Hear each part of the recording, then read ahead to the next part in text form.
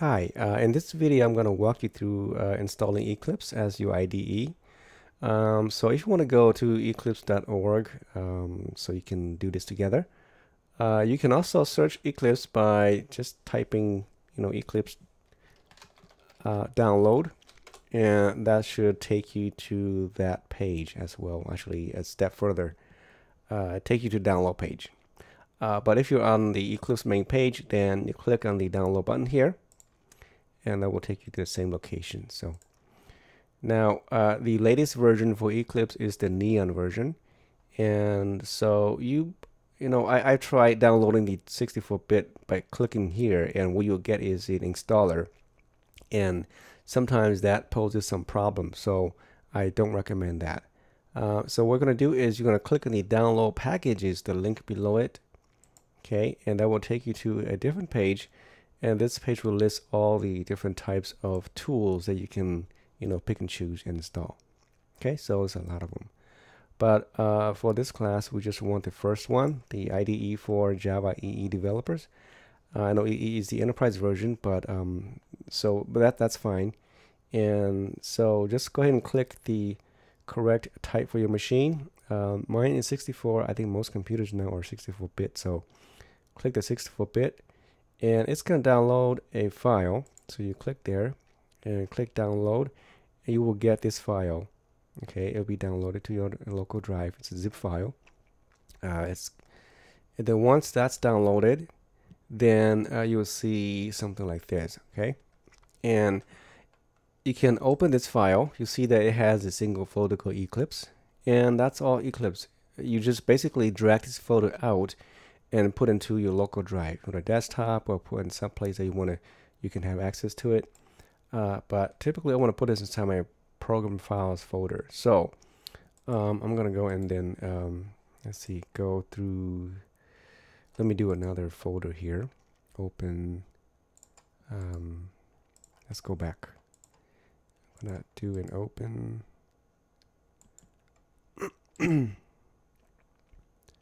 A new window. Okay, so I have two windows here. So go into my C drive, so I can see the program files.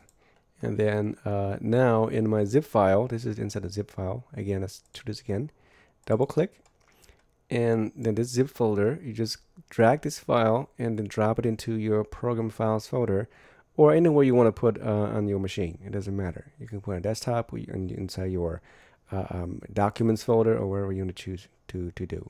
Okay, so once you have done that, it's going to take maybe a minute or two to actually download the file. It's kind of big. Unzip the files. And then once you go into your program files folder, you'll see a folder called Eclipse in there. Open it, and you will see this Eclipse executable file. And this is all you need.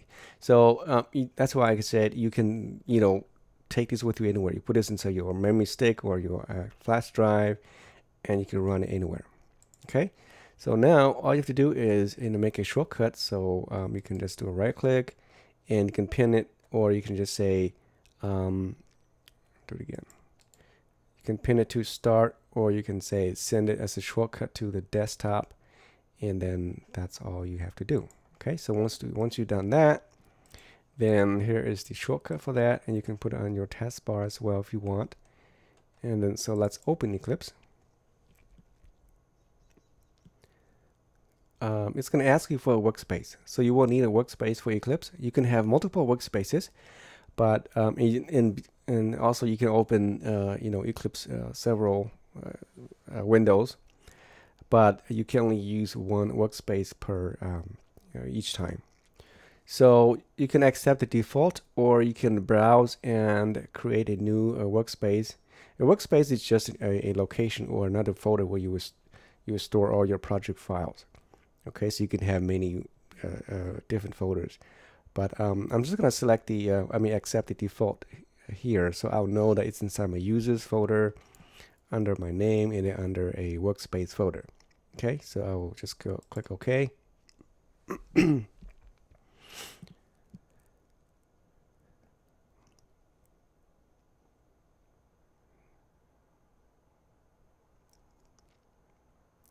Okay, so you'll be presented with this welcome page. You can turn this off so you don't have to see this every time. If you just do exit out, you will still gonna see it next time you load.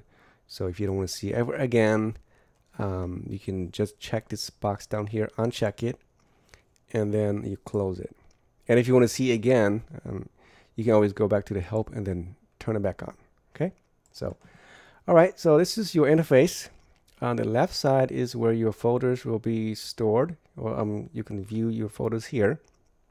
And the middle box here is your coding window. On the right side is just other properties you can see based on the file that you open here. And then below that is the console area. You have any other problems, the Java doc, any other stuff, messages you see down here. But typically when you run your application, if you print out to the console, then it will be displayed down here. Okay, you may not see the console here. You might only see this. But once you compile it, you run it, and the console will be displayed. Okay, so once we're here, let's create our first project. All right, so to create a new project, you could do a right click here on the package explorer and click on new and then Java project. Okay, you want to get a project. If you don't see the Java project here, this is if you have created before, then usually it will add it here. If you don't see it here, you can always go to the project folder. Okay, and if you go here, then it's going to ask you this window what type of project it is.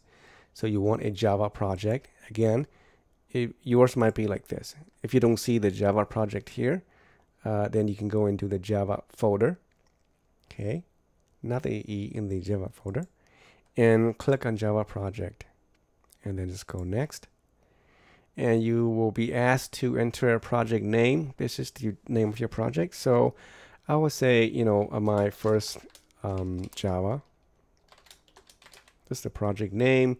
The location will be again stored inside your workspace under a folder called My First Java. The JRE, the library will be JRE version 1.8, so you keep the default. And so basically you can keep as these, keep all these default settings here for now. And then go next. This part we're not gonna do anything much here until later on. We'll see if we have to add additional libraries. But typically here, you can add more jar files or Java archive files or libraries to your project. Since we're not going to be doing any of that stuff here, so you could just click finish to accept, and then you will be presented with your first project folder. Okay, and you click on this arrow here to expand your folder. You'll be presented with two folders here again. The first one is this src, which is source. This will be storing your source files. Right now there's nothing in there, it's empty. Then the second folder is the JRE system library. This is the library of all your Java JDK. So do not delete any of these, and do not alter any of these files. Okay, and you also don't want to delete this library either, so leave it as it is. So the next thing is you want to create a class. Okay, so all Java programs are coded in a class. So you cannot have a Java program without a class. And you can have many classes, and all those classes can be, you know, bundled together in the source folder. So let's create a first class. So I'll do a right click on the source folder here.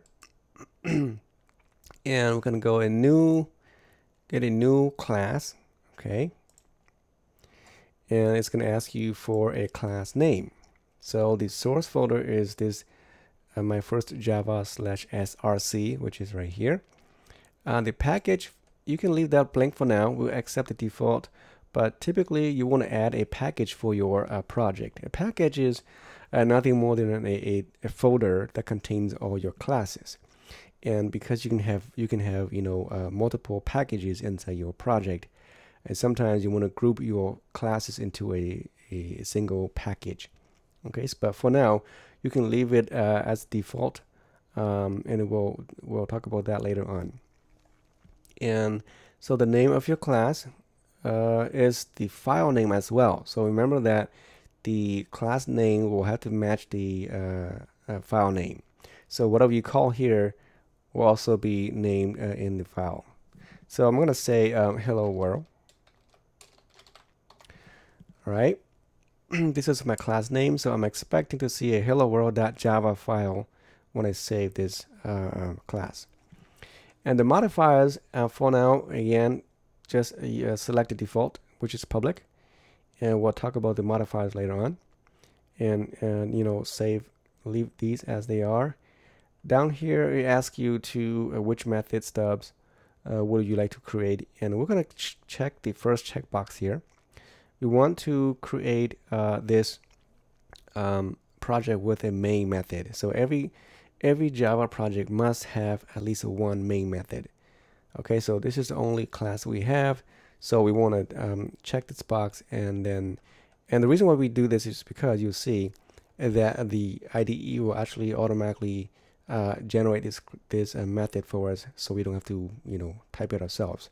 If you don't check it, then you have to do it manually.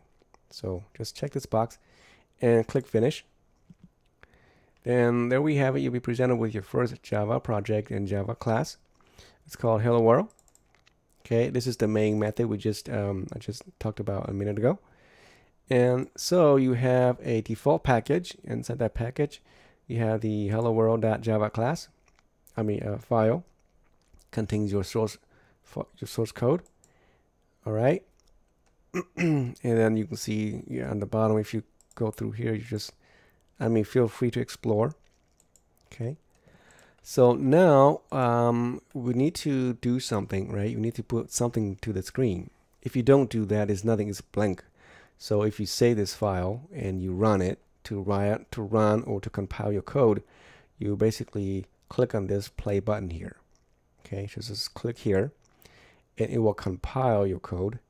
It will run it, and it will present it with the in the console or on the or in the GUI window, but it doesn't know what to do here in this case because we didn't specify anything, so it's blank. So let's go ahead and add our first line here. We're going to print something to the screen. So system is a class, has an out property, and then we're going to print function to print a message to the screen. We'll say hello Java, put a pound sign, exclamation mark, and then notice that the IDE actually closes or terminates your statement for you with a semicolon. So all Java syntax, statements end with a semicolon. Okay. Also, if you notice that Java is case sensitive, so if I mistype, if I put a big P here, it will generate an error. So the IDE kind of points out that, hey, that's not legal. Okay.